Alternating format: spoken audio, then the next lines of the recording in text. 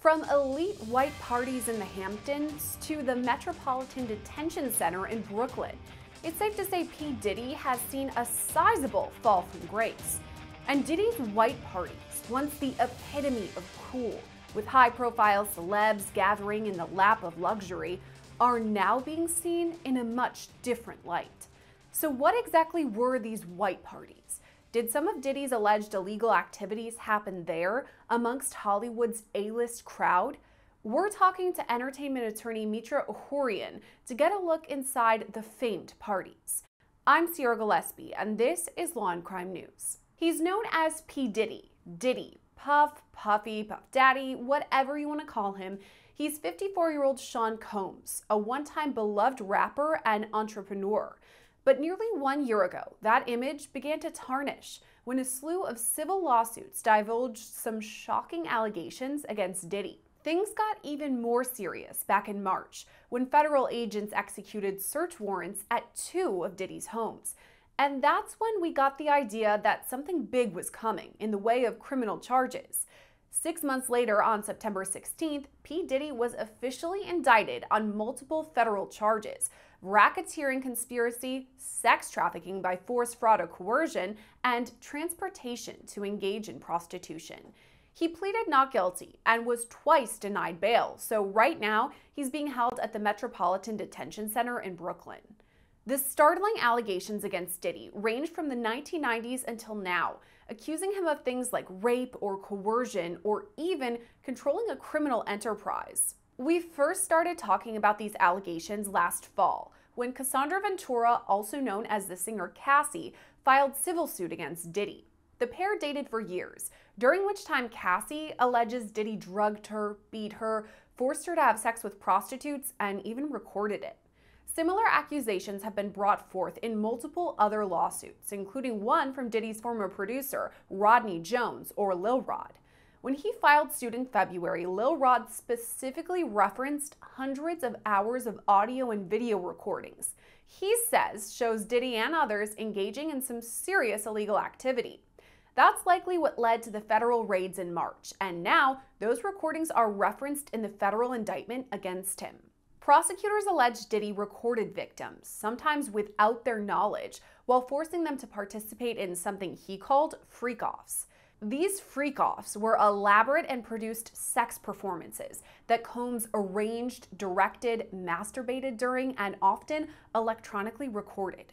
According to the indictment, Diddy's associates would arrange these freak-offs, booking the hotel rooms where they took place, supplying the room with required freak-off materials like extra sheets and baby oil or lube. These associates also arranged travel for both the victims and sex workers and provided IVs that were given to both Combs and the victims after these freak-off sessions to help them recover from the physical exertion and drug use. Okay, I know you're multitasking when you're watching our videos, but if you're out running errands, listen up. This is for you. I have to tell you about the free app Upside that gets you cash back on daily essentials. I use it every time I pump gas. It's so easy and free, why not? All you have to do is get the Upside app and claim an offer for whatever you're buying. So you pay as usual and then just follow the steps on the app to get paid. To find out how much you could earn, click the link in the description to download Upside or scan the QR code on your screen and use our promo code LCNews to get an extra 25 cents back on every gallon on your first tank of gas. Those are just a small portion of the dozens of allegations against Diddy that led to his indictment by a grand jury last week. He maintains his innocence and has pleaded not guilty to the charges. Now he's being held in jail as he awaits trial. But as these allegations come to light, there's been a renewed interest in Diddy's infamous white parties. The first white party was thrown on September 7, 1998 at Diddy's mansion in the Hamptons. The party became a staple for the Labor Day weekend, when groups of A-list celebrities would flock to Diddy's home for the lavish parties. Some notable attendees of the parties included Leonardo DiCaprio, Jennifer Lopez, Howard Stern, Beyonce and Jay-Z, Mariah Carey, Aretha Franklin, and Kim Kardashian. About the parties, Diddy told Oprah in 2006, quote, "I wanted to strip away everyone's image and put us all in the same color on the same level." So all the high-profile guests were required to wear all white as party attire. Kids were invited to the parties too, but only for a while. Their parents were allegedly given a 1 hour warning for when the kids would be required to leave and the real party would begin. There's allegations that at this adult portion of the party, there were illegal drugs like cocaine and ecstasy, sex workers, and other illegal activity. The parties were mainly hosted at Diddy's 4,500 square foot mansion in the Hamptons. To give you an idea of the home, he sold it in 2020 for $4.7 million. Later, Diddy moved the party to Beverly Hills and even co-hosted it with Ashton Kutcher. The last white party was held in 2009. But now, more than a decade later, there are questions about the illegal activity there and whether these high-profile guests knew anything about it. And for that, we turn to entertainment attorney Mitra Horian. We're looking back at all the allegations against Diddy, and he was in the public eye for many, many years. One of the main things that people knew him from, obviously rapping, but also he threw these elaborate parties, the white parties. Can you explain to me a bit about what they were? Yeah, the white parties were famous. I was not a lawyer at the time. And so I didn't work in entertainment, I guess is the point. I wasn't an entertainment lawyer. But we knew about them growing up. And so they were sort of famous. They were kind of like, how everyone knows about the Playboy parties. Diddy's white parties were very famous. So I think that there's a certain group of people that would go just because he was a celebrity and they were excited to get an invitation. And it was kind of this, cool crowd to be in. And the parties were famous. So, of course, people wanted to be there. On the other side, I think there was another group of people that probably were more in his inner circle and may have seen things that sort of the casual party goer may not have seen. Talking about the celebrity aspect of all this, I mean, I remember reading probably Us Weekly or In Touch and seeing photos of these celebrities at his parties. Some were as high profile as Leonardo DiCaprio or Sarah Jessica Parker, Paris Hilton, a lot of these huge names. So now, 20 years later, 10 years later, their names are circulating once again. What's going on in their mind? Are they trying to maybe distance themselves from these parties or Diddy? I think everyone's being quiet until they know, more about what's going on. I think in this climate, there's always a nervousness around, okay, how are facts going to come out and how are they going to be potentially manipulated? And I also think we're kind of in a place as the public where we want to tear things apart. We want to call out misbehavior, but I also think, in fairness, just because you were at a party doesn't mean you necessarily condone what was going on there. A lot of people can find themselves at parties, and I think a lot of celebrities have, found themselves. Interacting with people that they may have later discovered were problematic, or even just, even developing friendships. People are able to sort of hide certain aspects of their friendships if they're not really deep friendships. So it'll be interesting to see who is actually linked into some of this, the goings on that are really the subject of the indictment and the criminal charges. And then the people that are sort of ancillary to it that happen to be there. That's a lot of people to be accusing of participating in this sort of behavior. I think from the outside, someone who isn't really in the celebrity world, a lot of people just assume that illegal activity sometimes goes hand in hand. Maybe illegal drugs or things like that are more accessible to these celebrities because of their connections and their money. And a lot of people are saying that there was illegal activity at these parties. But again, they were 10 years ago, maybe more. Could any of that affect his charges now? I mean, I think it depends on what kind of illegal activity we're talking about, right? So, first of all, in that era, for example, in California, marijuana was illegal. It is now no longer illegal. So, I think people wouldn't necessarily bat an eye if you said there was a lot of marijuana there, right? But there is, I think unquestionably in parties in Hollywood, at least, and the white parties were in the Hamptons as well. Those sort of, you know, parties are kind of, you're going to expect to see certain things that you wouldn't necessarily expect to see, going to dinner at your friend's house. It is a party environment, and I think the drugs are going to be there, the alcohol is going to be there, that could lead to other things. But the level of accusations here, what we're hearing in really graphic detail, rises to a level that nobody would accept, or expect, I think, um, on such a large scale. So I think that it's you might expect to see some drugs, or or some sexual activity, but I don't think you're expecting to witness things like rape if the allegations are true, weapons if those allegations are true. There are things that rise above the types of things that you expect to see at a party, even a Hollywood party. So we've talked about this. These are very high profile parties that me as a child living in Wisconsin even knew about. I mean, all over the country, we had heard about these parties. And according to some reports, there were as many as 1,000 people who were there. So I'm wondering if there was this illegal activity, these sex workers or rape, drugging people or guns, why was none of that reported back when the party took place? It's, first of all, celebrities, we can't get around the fact that they are treated differently. Historically, under the law, there's certain things that obviously, we have to enforce regardless of who it is. But there are some things that sort of fly under the radar. And, it's somebody's home, right? So these are things that are happening in a home. And when you have 1,000 people and it's getting out of hand, and everyone's, that's a part of it, is getting paid very well to do their job. I think that, there are certain things that people kind of let go. But again, it's in a home. It's in a very large home. I guess we should call it a mansion. Let's not call it a home. And, in a home that's like, 20,000 square feet, I'm not sure the square footage, but I'm going to guess it's at least 20,000 square feet. And a lot of the parties are happening, also outside. The weather's nice. So when you have a home that big, you can't possibly, not everyone's going to all parts of the home. Not everyone's going to be seeing everything. There's a lot of people that are just happy to be there. And you mentioned 1,000 people cannot possibly have witnessed some of the activity that we're talking about. I think when the indictment came down, a lot of people were kind of drawn to the description of these so called freak offs because the allegations are just so shocking. The fact that they even had this name, they're freak offs. Then we hear more about the IVs that people were required to use afterward because of the exertion. Just so many things going on here with these alleged freak offs. And now I'm wondering, is it possible that some of these happened at any of the white parties? I think it's certainly possible. I think they could have happened anywhere.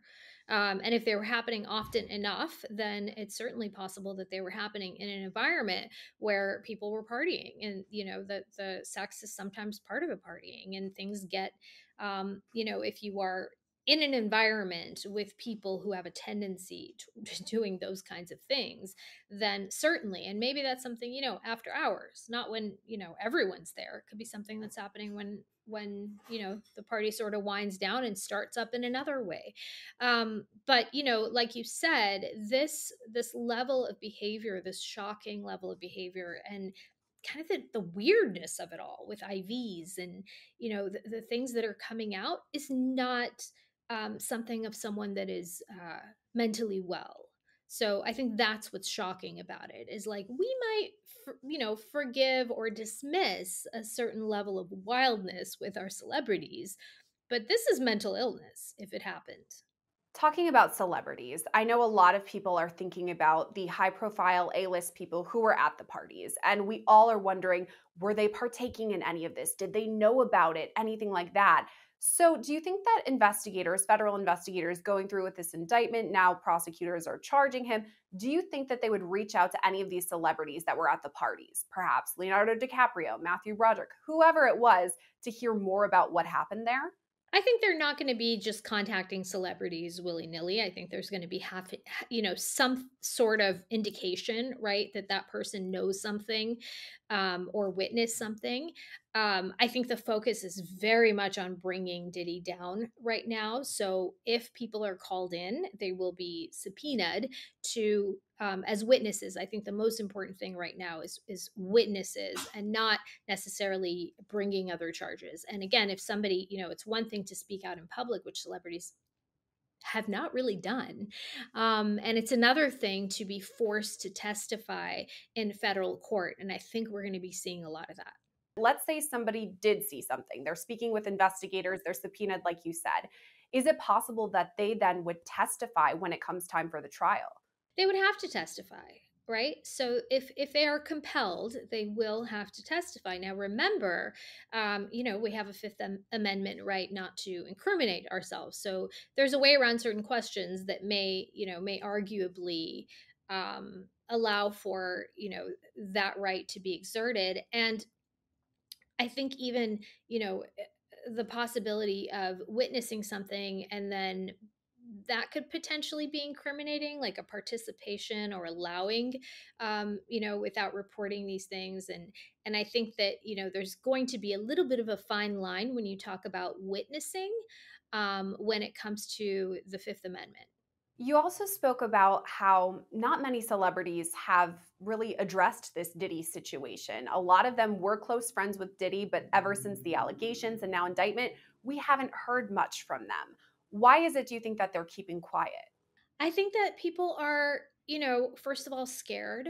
It is very common to be taken down if affiliated at all with individuals that are known for this kind of behavior, this criminal activity. There's a very real fear of criminal charges, but then there's also the other aspect of it, which is people's careers and livelihoods. And maybe some of it is, some people just don't know enough. And I think the interesting part of this was, the original, like, the origins of all of this was so long ago. We're talking decades. Like most of the celebrities that were around him was, when he was really at his height, in the 90s, right? So 90s, early 2000s, I would say. So when you have, like, that's really when most people were sort of associated with him. Why would they speak out? Maybe they don't even have any interaction with him now. Talking about damage control too, because as you said, the public is so eager to take down celebrities, and this is part of their livelihood, is maintaining their image. Do you think that if they were to come out and speak, they'd have to do some sort of damage control, basically saying, we're distancing ourselves from Diddy, we don't have anything to do with that, things like that? That could definitely be a statement that's made, but I think, there's an interesting aspect to this, with some rumors that Diddy's also historically been violent, and some evidence of that obviously coming out, right? And so there's a real fear. There's also these rumors that have been floating around for years and years about, killings, and they're like, these are real fears. So, luckily he's in custody right now, but that does not mean his reach does not extend beyond the four walls of that prison. It's a very powerful man, with, close to $1 billion net worth. And the fear of some sort of retaliation when there have been rumors of this type of retaliation. And if you look at historically, these decades of people who are afraid to even speak out at seeing this, absolutely shocking type of criminal activity, and there have been many people who have stayed silent on it, then when it's actually coming out in detail to the public, of course they're going to want to stay silent about it. There is a real fear there. As of right now, he's innocent until proven guilty. He's pleaded not guilty. So we have to kind of go off that to start. Let's say he is acquitted and cleared of all of these charges. Do you think that his image, his public persona, could ever bounce back from these allegations? Never. If he is acquitted, which I think is very unlikely, I think he will be acquitted because of, something in the law that allows him to sort of, get away with it, so to speak. And I say that really loosely with the understanding that, of course, he is innocent until proven guilty. However, there are so many people that quote unquote know about Diddy that although the details of it are really shocking, I think there's also an element of like kind of not surprised. I'm surprised at, some of the details of it, but there's many people who are like, yeah, that's everyone knew that about him. I was at the Cannes Film Festival in May of this year. Happened to have dinner, and next to a woman was sitting at a separate table, and we started having a conversation, and that was kind of when a lot of the stuff about Diddy was coming out, and she was talking about how she was roommates, and I think I can say this because she speaks about it publicly, and I was a stranger next door to her, but or sitting next to her, but she was the roommate of his girlfriend in college. They went to college together. And she's like, he used to beat her. We all knew he has been a woman beater. Again, hearsay, because I'm hearing it from somebody who says they were there. But I think there's enough people who have witnessed, and of course, we've seen videos that are very graphic and very disturbing. So if I can't see any way that he would get away with it. Maybe, there's something where he can get around the trafficking and the interstate aspects of it. But I think it's going to be so challenging. After his arrest, Diddy pleaded not guilty to federal charges. A statement from his legal team reads, quote, Sean Diddy Combs is a music icon, self-made entrepreneur, loving family man, and proven philanthropist who has spent the last 30 years building an empire, adoring his children, and working to uplift the Black community. He is an imperfect person, but is not criminal. To his credit, Mr. Combs has been nothing but cooperative with this investigation, and he voluntarily relocated to New York last week in anticipation of these charges. Please reserve your judgment until you have all the facts. These are the acts of an innocent man with nothing to hide, and he looks forward to clearing his name in court. That was a look inside Diddy's infamous white parties. It remains to be seen if any celebrity attendees will be interviewed by the feds or called to testify. But if that does happen, we'll have the latest. Reporting for Law&Crime, I'm Gillespie.